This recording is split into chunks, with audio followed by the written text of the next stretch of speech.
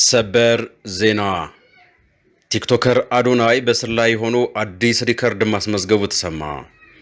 አዲስ አበባ ላይ በስር ላይ የሚገኘው ታዋቂው የቲክቶክ ተጠቃሚ አዶናይ ብርሃነ በትልቁ ማህበራዊ ሚዲያ መድረክ አዲስ ታሪክ ማስመዝገብ ችሏል። ሪፖርቶች እንደሚያሳዩት ቲክቶከሩ 4 ሚሊዮን ተከታዮችን በማግኘት በሀገር ውስጥ ከማስተር አብነት ቀጥሎ ከፍተኛ ደረጃ የያዘና ባለ ሪከርድ ባለቤትም ሆኗል።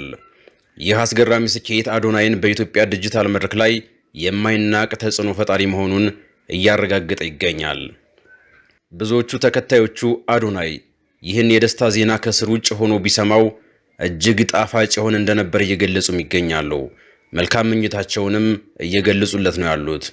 በስር ላይ ያለ ፎሎወሮቹ መጨመሩ የዓለም ትልልቅ ዜና አውታሮች ስለዘገቡት ነው እየተባለ ሲሆን ከዚህ በላይ ሊጨምር እንደሚችልም እየተገለጸ ይገኛል።